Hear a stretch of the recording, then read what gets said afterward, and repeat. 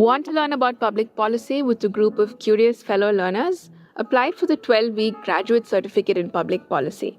Early bird deadline closes 27th July. Welcome to All Things Policy, a daily podcast by the Takshashila Institution. We are a bunch of policy nerds based in Bengaluru, and we like bringing fresh perspectives to Indian affairs and Indian perspectives to global affairs.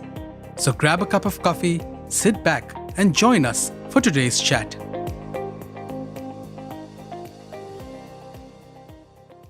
This is part one of a two-part series on Indira Gandhi's complex legacy. The second part would be released tomorrow. Please do tune in to listen to the second episode too. Hello and welcome to this episode of All Things Policy. Today we explore the life and legacy of Indira Gandhi, one of India's most influential and controversial leaders. Drawing on Srinath Raghavan's insightful book, Indira Gandhi and the Years That Transformed India, we journey through the pivotal decades that reshaped Indian democracy, politics, and international relations. From a surprising rise to power and the 1971 war to the emergency and economic transformations, this episode will unpack the complex forces that defined her leadership and India's transformation. And to discuss all this, I have with me today Srinath Raghavan. Who better to have to discuss this topic than Srinath? Srinath Raghavan is a distinguished historian and professor of international relations and history at Ashoka University. He's a non-resident senior fellow at Carnegie India and has authored several acclaimed books, including War and Peace in Modern India, A Strategic History of the Nehru Years, 1971, A Global History of the Creation of Bangladesh, and India's War, The Making of Modern South Asia. His work spans modern South Asian history, strategic studies, and international relations, and he's known for combining deep archival research with sharp analysis of India's political and strategic evolution. Through his latest book, Indira Gandhi and the Years That Transformed India, his meticulous research and engaging narrative style bring fresh perspectives to Indira Gandhi's era, challenging long-held assumptions and enriching our understanding of India's political evolution. So welcome Srinath. Great to have you here for what promises to be a very interesting podcast. Thank you, Arindam. Very nice to be on the podcast. Yeah. So let's dive into it. But before we go into the details, I have a more high-level question. What made you choose Indira Gandhi as your subject for this book? What was it about the 20-year period of Indira Gandhi's being in power, more or less, that makes it an interesting period to study? Is it because there are parallels to be drawn between that period and the current times, or is it that such comparisons or such parallels are not that great to be drawn because the context matters, and but in a sense history rhymes, as we say, right, if not repeats itself. So should we or should we not import learnings from the past into the present? Well, to answer your first question, I actually became interested in this particular topic of trying to write a history of India in the long 1970s, as I call it, the period between the mid-1960s and the mid-1980s. And that happens to be the period when Indira Gandhi was also the most dominant political actor in the Indian scene. Now, my interest in this period actually goes back to an earlier book that you mentioned in the introduction, which is A Global History of the Creation of Bangladesh in 1971. That was a book which I published in 2013, and I had been working for a few years on it even before that. And while I was researching for that particular book, I came across a lot of material which suggested that it would be an interesting project to try and write a history of Indian politics, not of Indian foreign policy or international politics, in not just the period around 1971, but in the 1970s itself. So it was frankly archival sort of discoveries, so to speak, at least for me, which led me deeper into this subject. And that is how I got interested in it. My interest in it was not driven by a desire to understand Indira Gandhi per se. Even in this book, the times are at least as important to me as the personality is.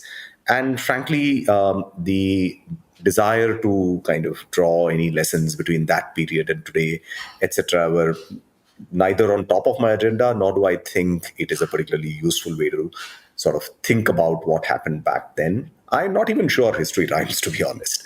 I just feel that we should take the past for its integrity and understand that whatever lessons, quote unquote, that we take away from history are not lessons of history, but lessons of historians. And that historians will have different lessons, therefore, to draw and offer to the rest of us, which is why we should be skeptical about all of those lessons on offer, but engage with that history on its own terms as far as we can. Right, right. As you mentioned, history in that sense is complex. There are various aspects that come into play. So, in a sense, we try to sometimes simplify history, saying that this event led to this or something of that sort, right? But in that sense, how was Indira Gandhi's rise to power in 1966 unforeseen, right? What were the conditions that shaped her earlier premiership, and what were the domestic conditions, international conditions, political, economic conditions, etc.? Yeah, so in the first place, I mean, her own sort of rise to power was very much driven by a highly contingent event, which was the entirely unforeseen death of Lal Bahadur Shastri, the second Prime Minister of India, in Tashkent. That was not a foreseeable an occurrence, and that, in some sense, triggered a set of events which then led to her being elected as the Prime Minister of India. Now, the background conditions which led to her rise, I think, are frankly far more of interest and importance. Because when Indira Gandhi comes to the scene, which is to say early 1966, the period between 1966 to 67 is one where the Indian political system, the Indian economy, and India's own geopolitical role, all three of them are facing various types of crises, right? So, for instance, you've had two very quick prime ministerial transitions in a political system which had seen a lot of stability at the top level. You had two wars that India had recently been at in 1962 with China and in 1965 with Pakistan. And you had two successive years of drought owing to the failure of monsoons, which almost pushed many parts of the country closer towards famine and created a supply side constraint on the economy, which was very serious and grim. So it is really this constellation of political, economic, and geopolitical sort of factors which sets the stage for the rise of Indira Gandhi.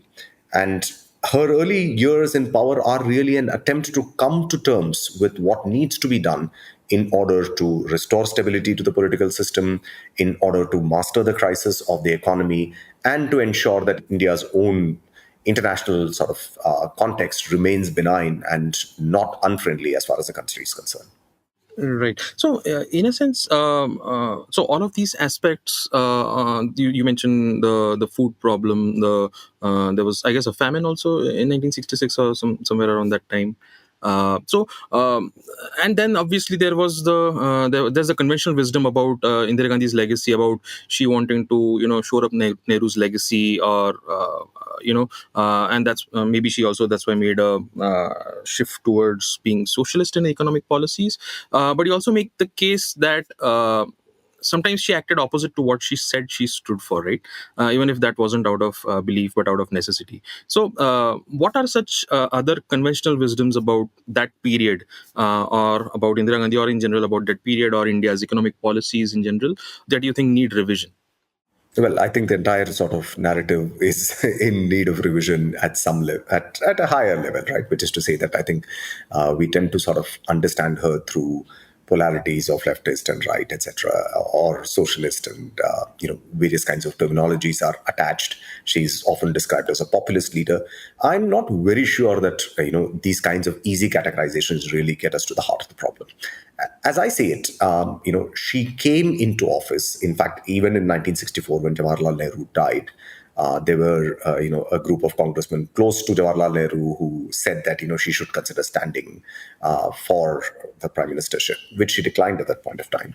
But in 1966, she felt ready, partly because she felt that the Indian political system was moving away from the kind of track in which her father had set it in the post 1964 period, right? Both in terms of politics, India was kind of seen as getting away from the old ideas of non-alignment and perhaps looking more towards the West.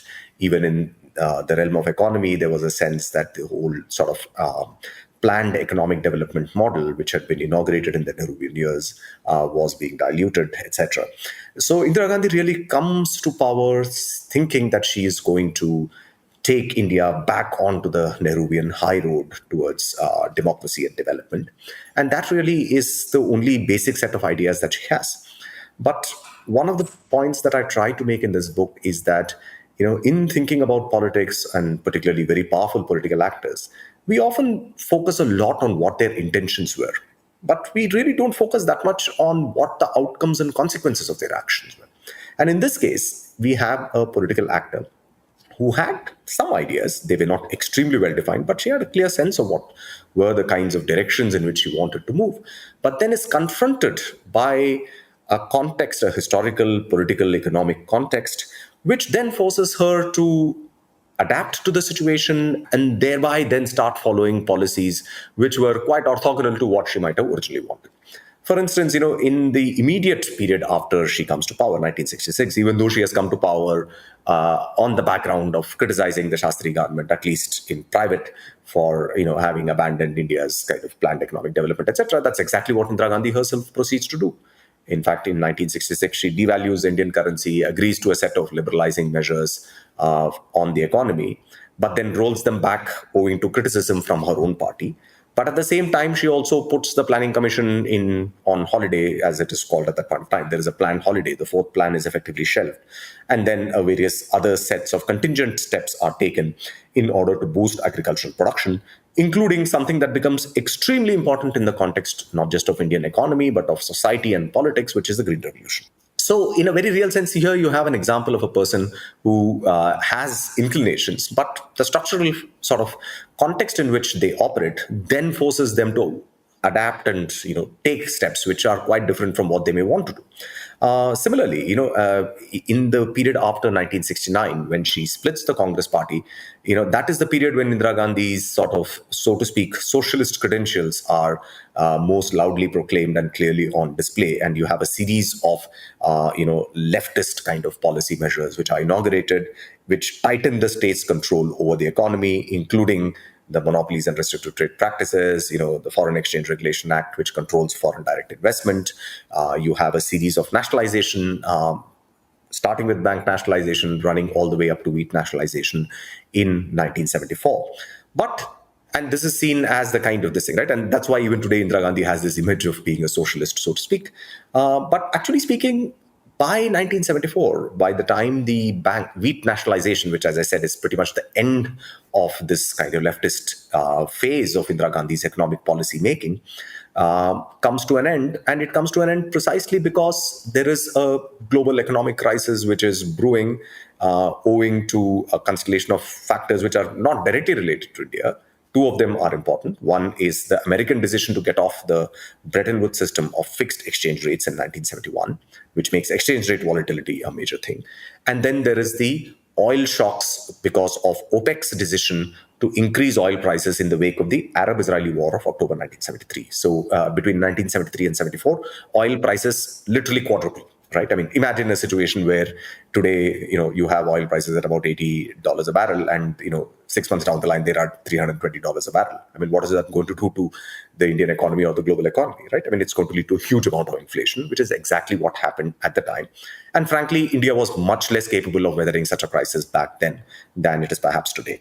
So these kind of, global economic shocks really then compel the Indira Gandhi government, against the instincts of the earlier kind of more, state control and dirigism and so on, towards steps which are macroeconomically conservative, particularly on monetary policy, and anti-inflationary stance, which is very strong, and moving gradually towards steps to unwind the state's control on the economy, right? In a sense, many of those measures were taken by her in the earlier period, but subsequently there is a move away. And again, I want to emphasize that it is not because she is by conviction a liberalizer as far as the economy is concerned. She is not. She still thinks that she's some kind of a socialist. But in practice, what she's moving towards is a economy which is where the ideas of liberalization are taking root in a systematic way. And all this is even before the emergency comes on board, right? From 1974-75, we see that this is the general drift. There is a more business-friendly kind of approach that her government takes, which is why the top business leaders of the 1970s are effectively people who would rather have her in power than anyone else. So this is a very interesting set of outcomes, which is, again, tangential to the kind of thinking and policy ideas that she herself might have had, and including those of her very close advisors who initially took her in a much more leftist direction, right? So what I wanted to stress throughout the book is that it is not enough simply to look at what a political leader, however powerful they may be, are saying, but we also need to look at what they have done. And what they have done is often determined by contextual factors as by their desire to do something. Right, right. So I just wanted to double click on this. So as you mentioned, in the 1970s, or starting from the initial parts of 1970s, she sort of embarked on some policies which could be said to have kickstarted the liberalization process that we saw later on. Right? And but it was not out of conviction; it was more out of compulsion because of global conditions, maybe domestic conditions. But the changes that she made in the 1960s with respect to bank nationalization, the MRTP Act, etc., that shift towards state socialism, does that also have some global causes, some causes that can be attributed to global conditions, or was it just reflective of her political strategy to consolidate power? I mean, I guess that was one of the main reasons, but were there some other factors also that led to those decisions? Yeah. So the first thing I would say is that, I wouldn't characterize her economic policies at any point of time in her career as any form of socialism, let alone state socialism. I think they were supposed to sort of indicate a progressive leftist kind of turn. And as I said, they were more about state control over the economy. But even her own closest advisors, people like P.N. Haksar, Mohan Kumar Mangalam, and others, realized that in a very real sense, what they were pushing towards, which is greater state control of the commanding heights of the economy, etc., could well end up in something like state capitalism rather than state socialism. So I would first of all sort of say that that characterization is mistaken. Now, again, the bank nationalization story is a very interesting one, because much of our discussion of bank nationalization proceeds on the premise that Indira Gandhi nationalized the bank for political reasons in order to signal her own leftist credentials in the struggle against her rivals within the Congress party in the context of a split in the Congress, right? Now, I would say that that is absolutely correct. It was a political decision. But whether or not it was a political decision, it had extraordinarily important economic consequences, because bank nationalization and the state takeover of the entire banking system effectively meant the construction of a very different kind of state machinery itself. There is, you could say, a new type of fiscal and monetary apparatus which comes into the being after the bank nationalization happens. Now, again, the bank nationalization was not done in order to create this kind of an apparatus. But having done it, Indira Gandhi and her close economic and financial advisors realized that they now have the capacity to sort of juice the fiscal system, as it were, in order to get resources for other kinds of priorities that they were developing at that time, which included targeted anti-poverty schemes, which frankly was not possible earlier, till such time bank nationalization happened and allowed the government to control the fisc in quite this way. So this is again a very important kind of reminder that often, thinking about history purely in terms of intentions of actors is not a very useful thing, because this was not an intended action, but the consequences were enormous right up to the present. In fact, in the book, I say that, the official historians of the Reserve Bank of India, in their account of the bank nationalization episode, quite correctly say that this was the single most important economic policy decision taken in the history of independent India, including the liberalization move of 1991. And I think they are absolutely correct, because what you had was an entirely differently wired up state system with a certain fusion of fiscal and economic levers, which the political leadership came to acquire. And I think that was absolutely central for her to be able to push ahead with this new forms of anti-poverty schemes for targeted groups of Indian population, which was also being conceived and rolled out in more or less the same period, right? So that combination in some ways is available even today. And that remains a very important thing. Right, right. You talked about the consequences of her actions, right? Major on the economic front here, but there were also political consequences of what she did. There were probably consequences on how the Congress Party functions.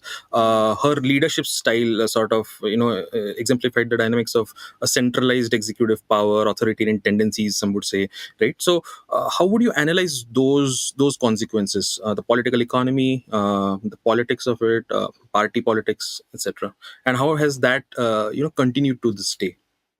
Well, I mean, I argue in the book that one of the things that we see in terms of large-scale changes in Indian politics through this period of the long 1970s, from the mid 60s through the mid 1980s, is a fundamental transformation of the Indian political system, right? And I say that this transformation occurs along two different axes.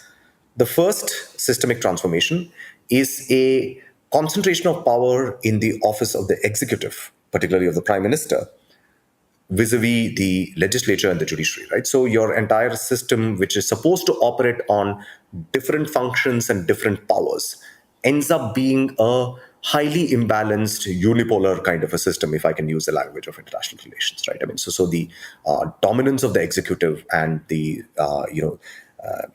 office of the prime minister particularly emerging as the locus of power, both legislative power but also power to subordinate the judiciary through judicial appointments and other things, is a very important development of that period. And it's a systemic development, right? In a sense that when you have this kind of shift in terms of functions and balances of power, then it affects pretty much all actors in the system. And to that extent, it was a very important change.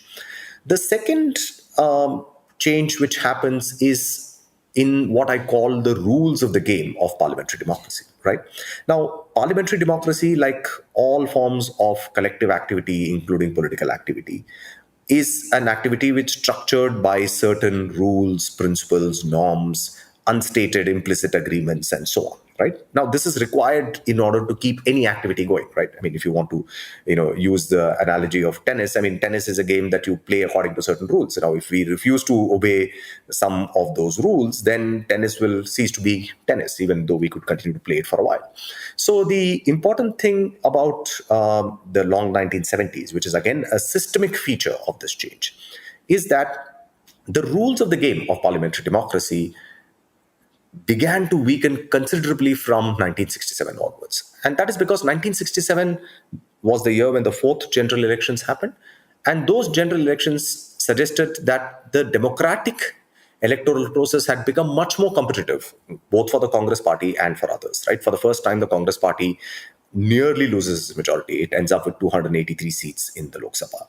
It loses control of several important state legislatures, including those in North India and the southern Indian state of Tamil Nadu, where it never regains power. So all of these mean that the political sort of process has become much more competitive. And that leads to a unwillingness on the part of all political parties, more or less, to abide by the rules of the game. So what you see is a constant poaching of legislators, a formation of coalition governments, pulling down of governments, misuse of constitutional powers by the central government. But subsequently, from 1972 onwards, which is a period when Indira Gandhi's political dominance is at its height, right? I mean, she has a massive majority in Lok Sabha. In 1972, the state elections are all swept by the Congress. And in that phase, then the opposition parties more or less conclude that there is very little traction to try and take on the Congress party in electoral context. So instead, they decide that, extra parliamentary, so to speak, street agitation is the way. And that is how the whole Navnirman movement under Jayaprakash Narayan, etc., really starts getting going with the participation of various political parties. So what you have, therefore, is a weakening of the rules, norms, principles, assumptions that govern the rules of the game of parliamentary democracy. So these two factors, which is centralization of power in the executive, particularly in the prime minister, and a weakening of the rules, norms, procedures, and the rules of the game broadly defined of parliamentary democracy, are two very important changes. And I would just say that these changes, in fact, preceded the emergency. They were in place already before the emergency began. In fact, without these changes, it is actually difficult to understand how the emergency could have been imposed. Because at the end of the day, you had a system of checks and balances. You had various kinds of things going on. which had been put into place by the constitution, etc. So, as I see it, even though in the aftermath of the emergency, the Janata Party, during its time in power, took some very important steps to undo the constitutional damage which had been done during the emergency by the Indira Gandhi regime, particularly by way of amending the constitution. So, some of those formal features were done away with. But this kind of concentration of power in the executive and a derogation of the rules of the game of parliamentary democracy were features that we see continue into the post-emergency period, and arguably they have become defining and established features of Indian politics as we see and understand it today. Right, right. You mentioned the concentration of power in the executive. Just to take it along a different angle, but in terms of concentration of power, have we seen under Indira Gandhi concentration of power in this union government, and what has that done to the federal structure of the country? Because even before in 1957, I guess, when she was the Congress president, and I guess 1950s when she was in 1 year there, she was the Congress president. She did express her displeasure at Nehru being very accommodative of state leaders, and she probably had an important role to play in the dismissal of the communist government. Although the final decision was taken by Nehru, but I'm sure she had strong opinions on that too. Were there any other such actions that pushed the envelope on federalism, and did that carry forward to other governments also? Because I guess the Morarji Desai government in 1977 also dismissed all the state governments, if I'm not wrong. Did that federal structure of the government in India get sort of weakened under Indira Gandhi? So, in order to understand Indira Gandhi's own, or, in the long 1970s, what happens to the federal structure, we need to just take one step back and look at what the system was before, she came on scene, so to speak. See, in the Nehruvian period, so to speak, which is approximately, say, from 1947 to 64, in that period, because the Congress party was dominant at every level of Indian politics, right, whether it is a national, state, or local levels, the federal system also worked well, because the federal system effectively was subsumed within the structures of the Congress party, right? And the Congress party, as Sardar Patel had created it, did have always a strong sort of all India level leadership, but it also had very important and powerful leaders in various regions, state level leaders, who were effectively the people who were in charge of kind of ensuring that the party did well in their particular regions, aggregated votes, and supported the all India dominance of the party, right? So it's that kind of a system, which is called a one-party dominant system, to use the phrase coined by the political scientist Rajni Kothari, worked because it was mirrored within the Congress party itself. The Congress party had a certain kind of federal structure within it. Now, by the time Indira Gandhi comes to power, it is very clear that that structure has broken down, at least within the party. What you have is a set of party sort of dominant bosses, so to speak, some of whom were important regional leaders, but others, like the party president Kamaraj, when Indira Gandhi becomes prime minister, were a powerful group which was known as the syndicate, and they tried to control Indira Gandhi. And it is her falling out with them which leads her to split the Congress party, right?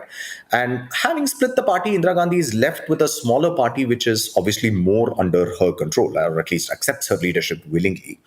But it is her extraordinary victory in the 1971 general elections.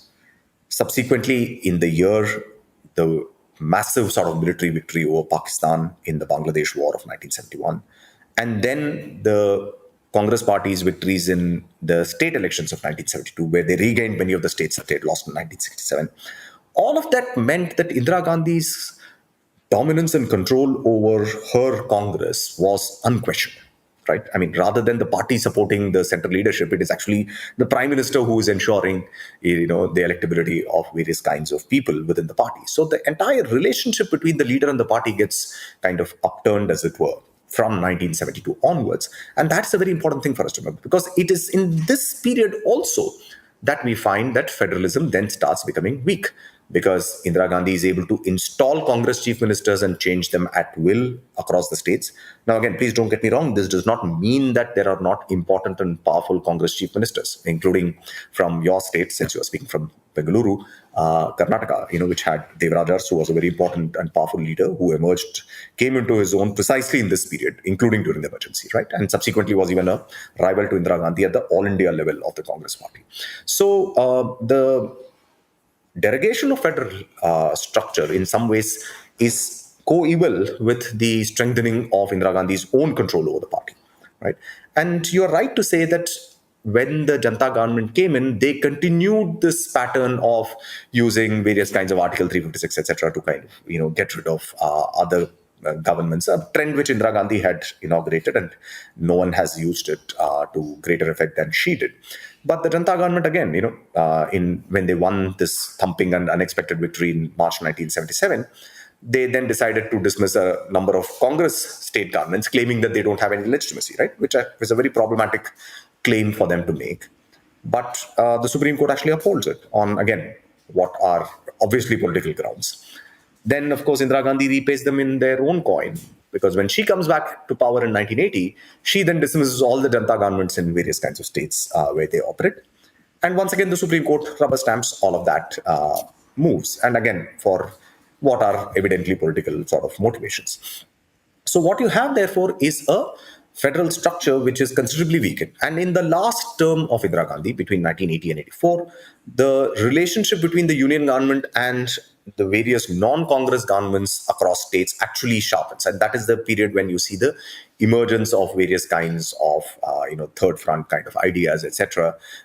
There are important political leaders, CPM's Jyoti Basu, Telugu Desam Party's leader, T. Ramarao, there is Farooq Abdullah of the National Congress, all of whom start kind of coalescing together, thinking about how they should operate under this overwhelming dominance of the Congress party. So, in a sense, what you have in the long 1970s is both the weakening and breaking up of the Congress party's own internal structures of power sharing, and accompanying sort of rift between a very strong central government and state governments, which are found themselves to be at the whims and the mercies of the central leadership, particularly of the Prime Minister of the day.